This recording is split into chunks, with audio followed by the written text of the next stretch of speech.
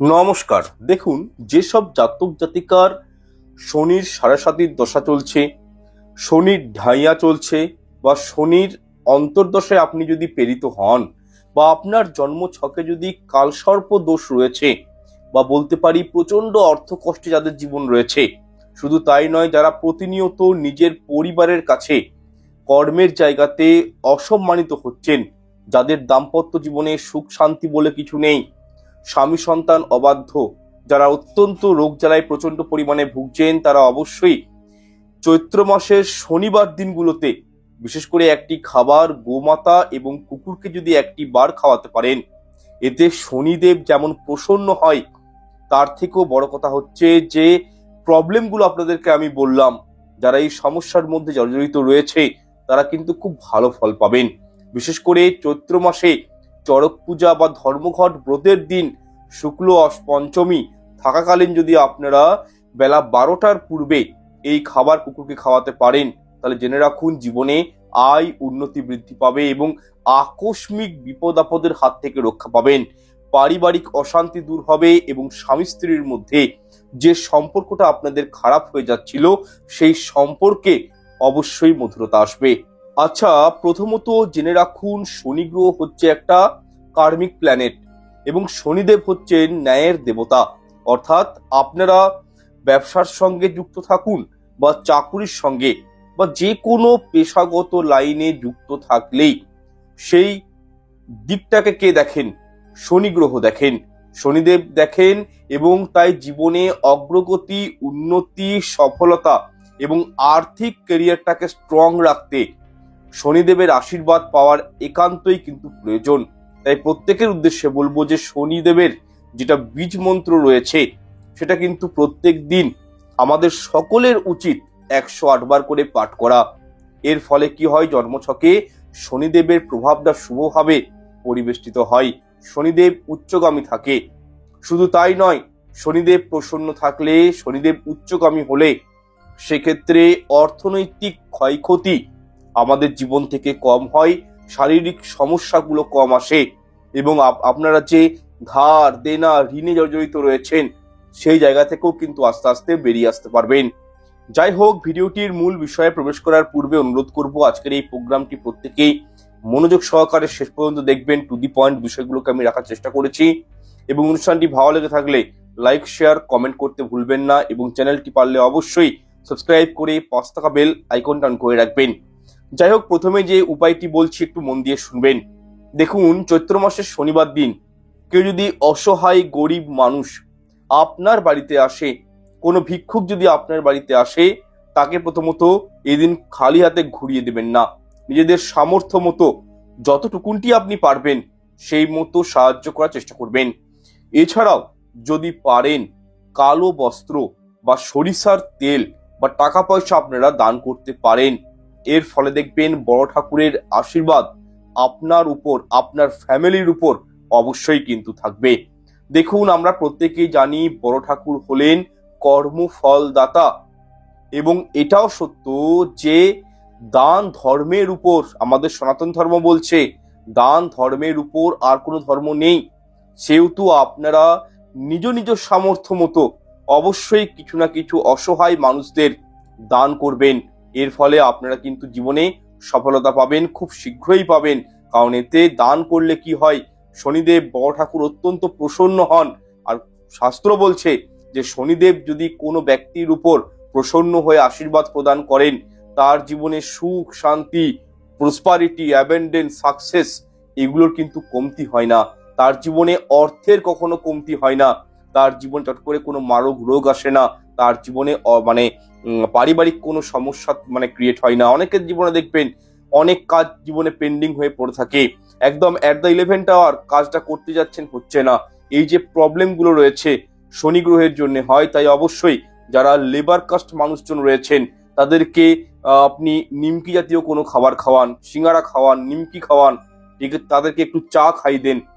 দেখবেন হয়তো পকেট থেকে একটু খরচা হতে পারে, কিন্তু তার বিনিময়ে জীবনে শনিদেবের আশীর্বাদ পাবেন, জীবনে অনেকটা সফলতা কিন্তু লাভ করতে পারবেন। আচ্ছা, এই প্রসঙ্গে আরো একটি ছোট্ট রেমেডি, যেটা 2025 সালে যদি আপনারা করতে পারেন, বিশেষ করে কারা করবেন, যারা রাহু কেতু এবং শনির দ্বারা প্রেরিত রয়েছেন তারা যদি এই 2025 সালে এই রেমেডিটা করে নিতে পারেন, চমৎকার রেজাল্ট পাবেন। সব দিক থেকে আপনাদের কিন্তু আর্নিং এর পথগুলো খুলে যাবে এবং যে অবস্ট্রাগল গুলো আপনাদের জীবনে রয়েছে, আপনাদের জীবনে যে মানি ব্লকেজেস গুলো রয়েছে, সেখান থেকে কিন্তু আপনারা বেরিয়ে আসতে পারবেন। আপনারা কি করবেন, 3টে বুধবার অথবা 3টে শনিবার এই উপায়টি করবেন।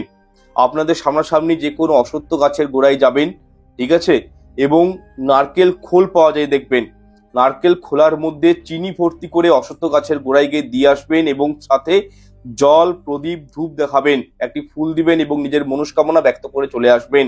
যারা রাহু কেতু শনির দ্বারা প্রেরিত রয়েছেন তারা এই উপায়টি এক হয় 3টে বুধবার অথবা শনিবার করে দেখুন, চমৎকার রেজাল্ট পাবেন।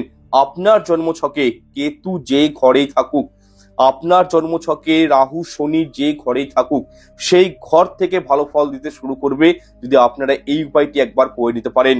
চমৎকার রেজাল্ট পাবেন। ধার দেনা ঋণ থেকে বেরিয়ে আসতে পারবেন। পারিবারিক অশান্তি, বৈষম্যতা, মানে অসন্তোষ, মানসিক হেডেক থেকে, অ্যাংজাইটি থেকে বেরিয়ে আসতে পারবেন।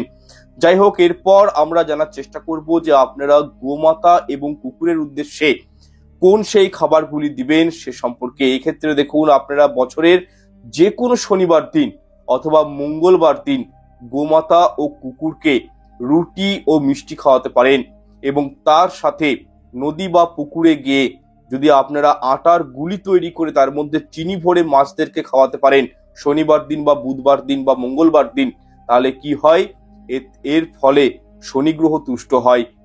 এর ফলে মানে রাহু কেতু এরাও কিন্তু একটা ভালো ফল প্রদান করে।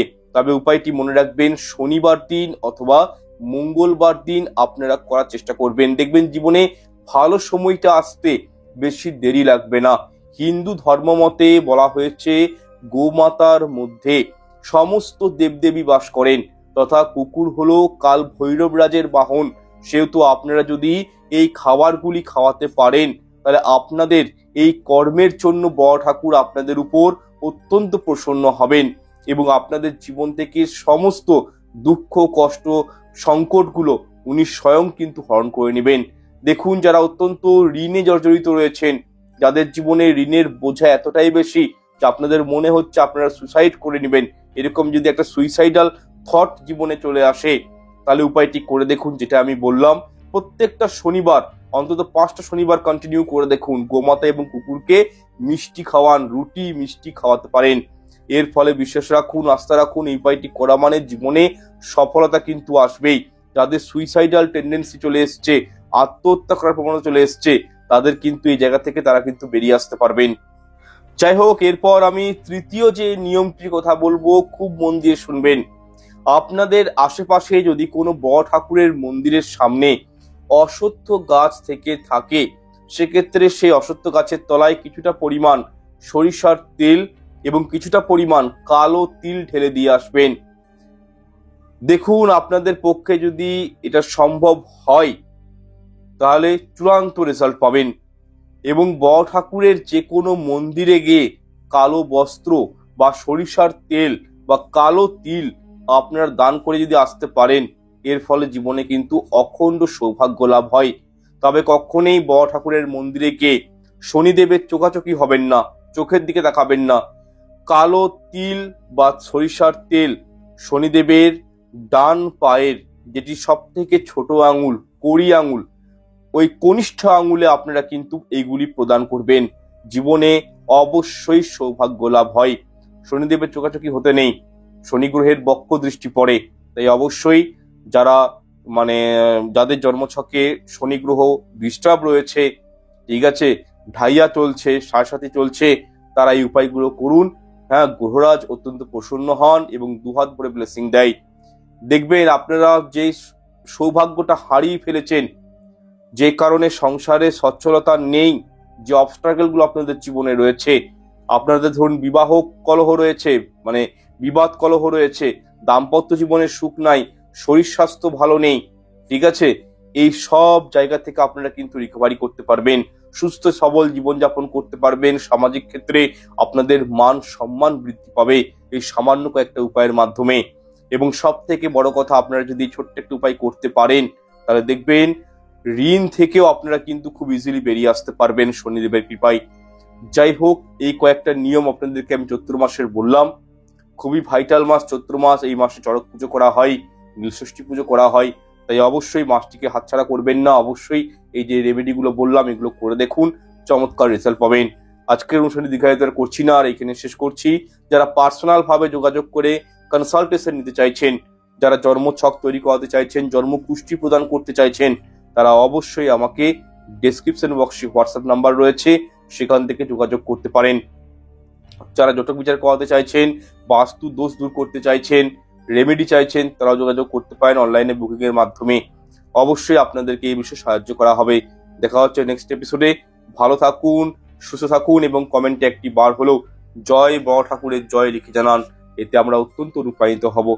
নমস্কার, ধন্যবাদ।